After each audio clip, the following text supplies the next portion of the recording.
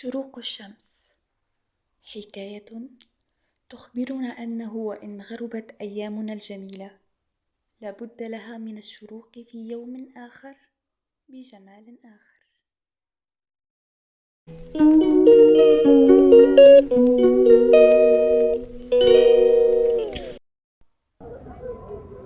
عسلامة، شنو أحوالكم؟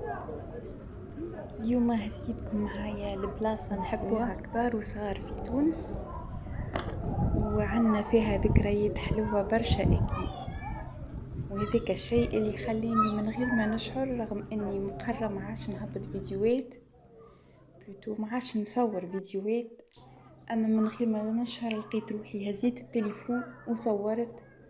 حبيتكم هكا تسترجعوا ذكرياتكم معايا وتعيشوا معايا نهار حلو.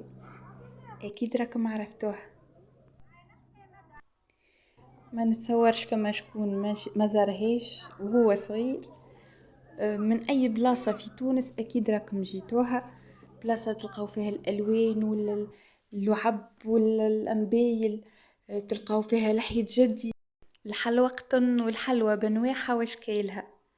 اكيد كانت حلينا طفولتنا كيف الشجرة الكبيرة هذه العظيمة اللي اغصانها مدلية والناس صغار وكبار قاعدين يلعبوا فيها كما قاعدين تشوفوا وعاملين جو.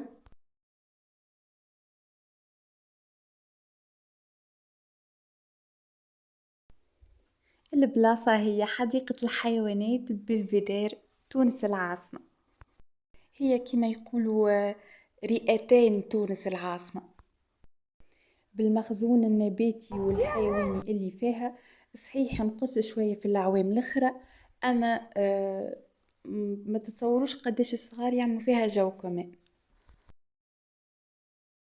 وتقعد ديما الوجهة الأولى للصغيرات وللعائلة التونسية ولضيافنا بالطبيعة، مرحبا بيهم أخواننا جيراننا أشقائنا العرب وغيرهم. ملا أقعدوا كملوا معايا الجولة للآخر وما تنسوش تضغطوا على زر الاشتراك وعلى اللايك المزيان كيفكم. كما تشوفوا بديت لكم بالجزء الخاص بالطيور والعصافر الكل أنواع وأشكال، بديتكم بالطائر المزيان برشا هذا، حتى اسمه مزيان كيفو.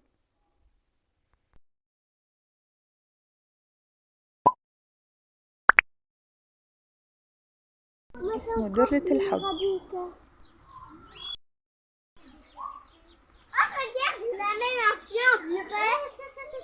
حبيت نوريكم زيادة الديك هذا يديك والريش متاعه كثيف من جهة الراس. حاولت نلقاكم عليه شوية معلومات، هو دجاج بولندي وأصله من آسيا، يرجح أنه من آسيا.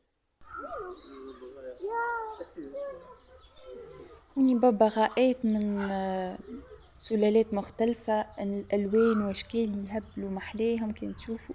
حاولت هكا نصور لكم البعض منهم عن قرب ونركز لكم عليهم إن شاء الله يعجبكم.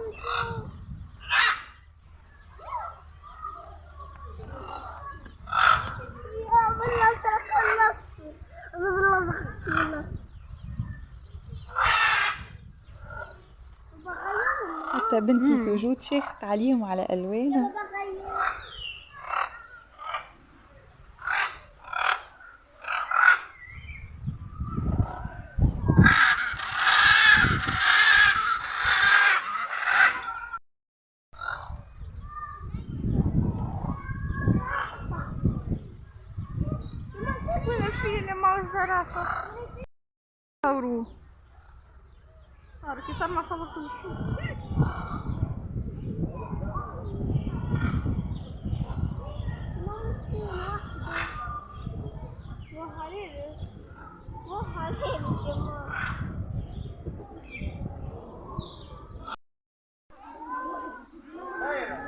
واختمت لكم ركن الطيور بهالقفص المزيان على ما شبه.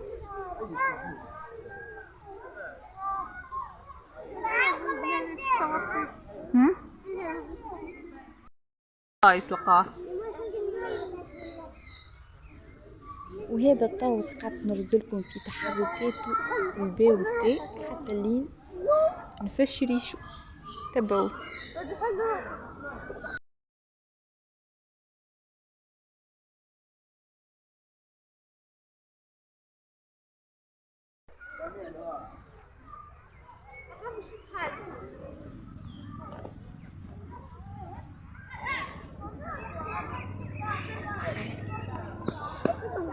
واو نتصوروا كيف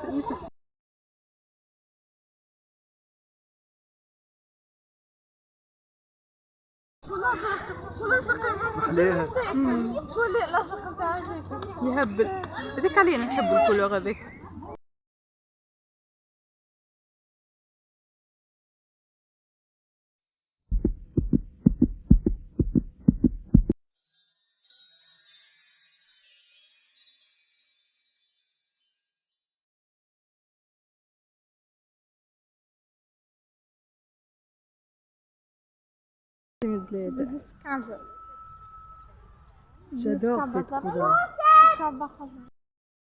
وهوني جات اللحظة الحاسمة، هاو باش ينفش ريشو،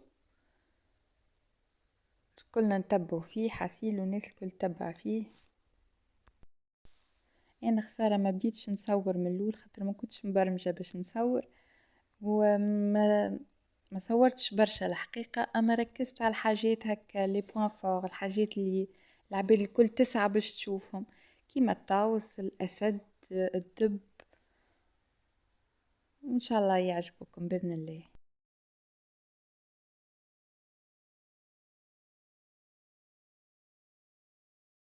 واخيرا تلفت لنا.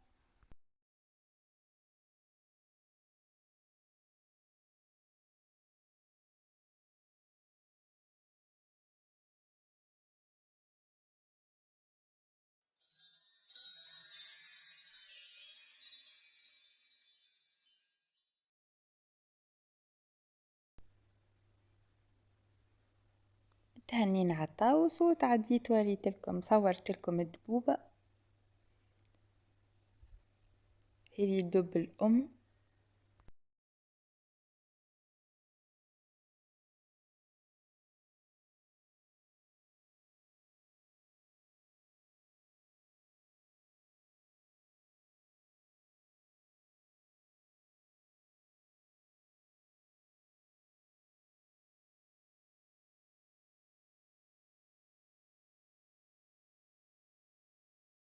ونتعداو للدبوبة، بدينا بالدبدوبة الكبيرة هذه حسب ما فهمت هي الدب الأم.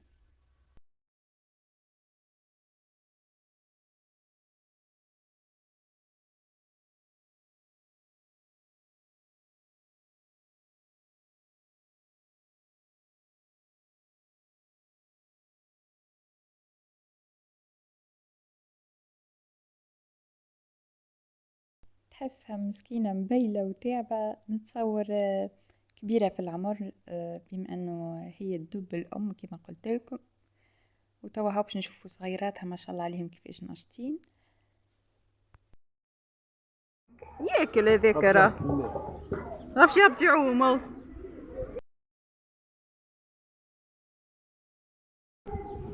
تحرك بالسيف هو حركته رزينة.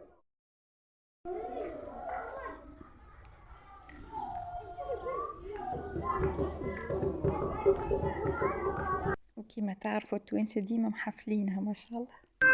ليه ماهوش بحر هذاك، تفرج في الدبوبة كيفاش يتعاركوا.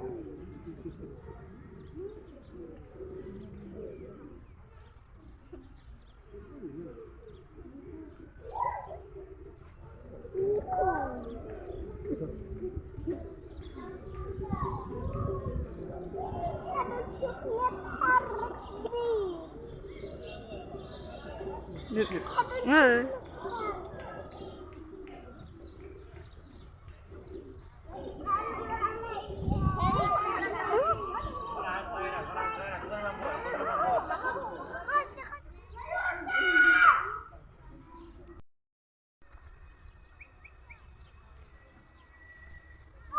كما باش تشوفوا في البلاكة في العلامة، هو خروف صومالي سبحان ربي كيفاش ما عندوش صوف.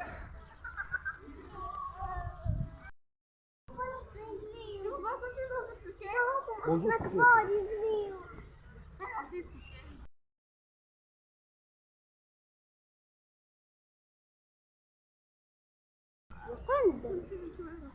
قند انت ما تعرف. وصلنا الملك الغابة الأسد. الناس الكل كانت تفركس عليه وتستنى وقتاش تجي تشوفه انهم صغار.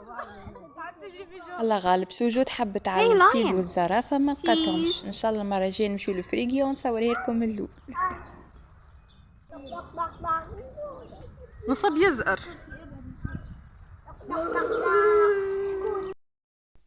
ناتي باش ينطقوا كان يلقاو يزقروا هما في بلاصتهم.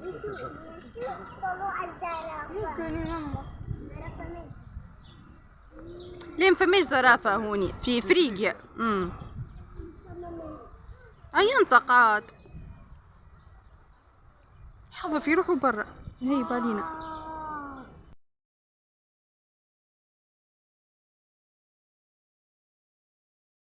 هذا اللي راقد في الكاج الاخر.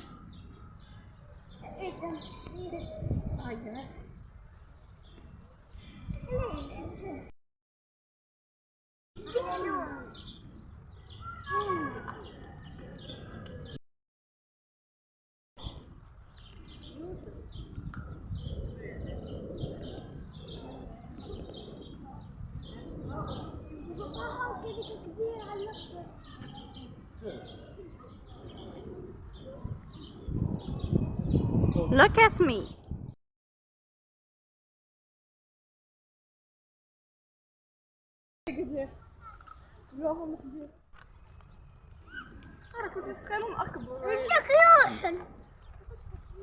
شو يتسمى بالفرنسي الشعر نتاعو؟ والله نسيت. والله ما نعرف. والله نسيت. إذا شوف هذايا فيا. نسيتو ها. بالفرنسي.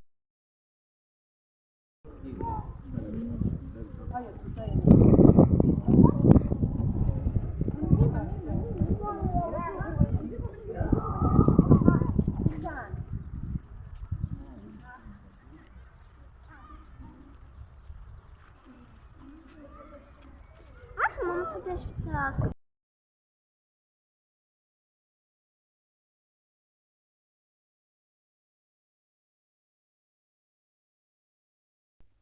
وني نلقاو اللبويد كيما قاعدين تشوفوا. نتصور اللي معاهم هما اشبال مازالوا اشبال هذاك عليه معناها حاطينهم معاهم هوني في الهواء الطلق باش يلقاو اكثر اسباس. وهوني نلقاو قفص فيه نوع من انواع القرود صورتهمش الكل. وجاء وقت القهوة اللي باش نخدمو بيه الدورة متاعنا. قاعدة في قهوة البلفيدير مع أم كلثوم. الحقيقة تسلطينا وواحد يعمل كيف. أكيد كان مشيتوا ننصحكم باش تعملوها. عندها جو سبيسيال فريمون راحة نفسية كبيرة.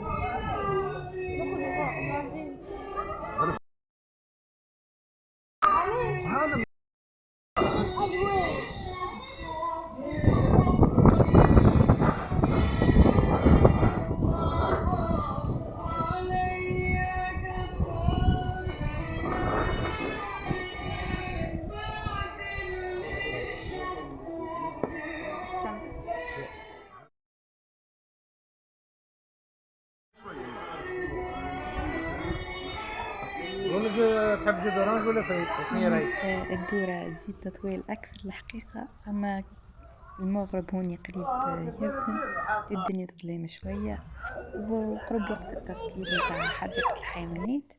إن شاء الله عجبتكم الدورة معايا. هاك فرصة اللي مازال ما مشيش لحديقة الحيوانات إنه يتفرج معاي في الفيديو. وبسلامة.